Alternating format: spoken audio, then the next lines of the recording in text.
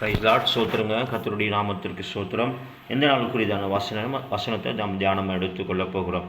சரிங்க. அதற்கு முன்னாடி நிறைய நேரத்தில் நம்ம காத்திருந்திருப்போம். எங்கன்னு சொன்னால் ஒரு பஸ் ஸ்டாண்ட்லேயும் சரி, சில வீட்டுக்கு வாசல் முன்னாடி காத்திருப்போம். ஒரு தேவைகளுக்காக நம்ம அப்படி தான் நம்ம காத்திருந்திருப்போம். காத்திருந்து நம்ம சோர்வு அடைந்திருப்போம். மன உடைச்சல் அடைந்திருப்போம். நமக்கு தேவையாக இருக்கிறது நமக்கு கிடைக்கலன்னு சொன்னால் நம்ம ரொம்ப வருத்தப்படுவோம் இல்லையா? சரிங்க. இப்படி வருத்தப்படுற உங்களுக்கு, நீங்கள் நிறைய இடத்துல காத்திருக்கிறீங்க, நிறைய இடத்துல கேட்டிருக்கிற உங்களுக்கு ஆண்டவராக இயேசு கிறிஸ்து எப்படியாய் பலப்படுத்த போகிறார் அப்படிதான் நம்ம அப்படிதான் அதை தான் நம்ம தியானம் எடுத்துக்கொள்ள போகிறோம். சரிங்க. மீகா 7வது அதிகாரம் 7வது வசனம் இப்படியாய் சொல்லப்படுகிறது.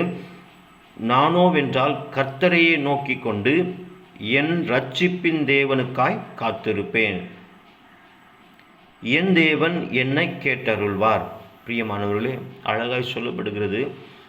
நானோவென்றால் கர்த்தரையே நோக்கி கொண்டு என் இரட்சிப்பின் தேவனுக்காய் காத்திருப்பேன். இரட்சிப்பின் தேவனுக்காய் காத்திருப்பேன். அவர் ரட்சிக்கிறவர், ஆபத்திலிருந்து ரட்சிக்கிறவர், பாவத்திலிருந்து ரட்சிக்கிறவர். அவருடைய சமூகத்தில் நம்ம காத்திருக்கும்போது அடுத்து அழகாய் சொல்லப்படுகிறது பாருங்க. என் தேவன் என்னை கேட்டருள்வார். என் தேவன் என்னை கேட்டருள்வார். அவர் விசாரிக்கிற தேவன்,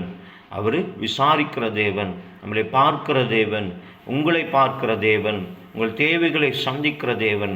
இப்படி இருக்கிற தேவனை நீங்கள் ஆண்டவருடைய சமூகத்தில் நீங்கள் காத்திருக்கும் போது உங்கள் தேவைகளெல்லாம் சந்திக்கப்படும். கர்த்தர் உங்களோடு கூட இருந்து யாவையும் செய்வாராக. ஆமேன்.